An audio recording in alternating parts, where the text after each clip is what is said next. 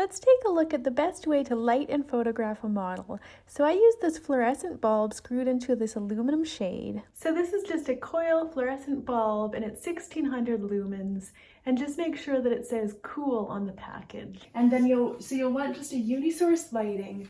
And so you can kind of move the light so that ideally there's about 3/4 light on the model and maybe 1/4 shadow. But you can play around with it. You could do like sharp rim lighting right on the edge. But you can kind of move the light around to decide, how much light and how much shadow. The key is just to have unisource lighting, so there's just the one strong light source on the model. And then sometimes what I'll do is if I want to affect the color of the shadows, I've got this light, the secondary light source, and I've just bought this blue transparency stuff that you can get from any craft store.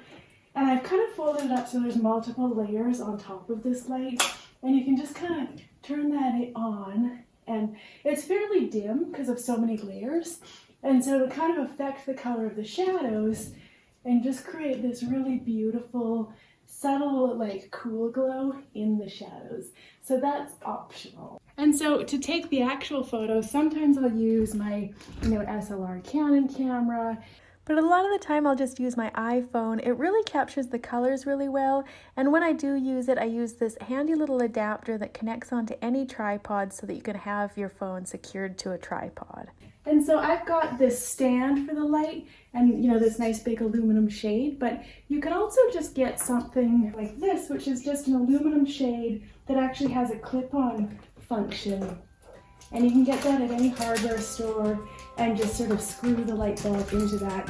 And of course you don't have to have the blue transparency on. So I hope that helps you as you set up for photo shoots and get better reference for your paintings.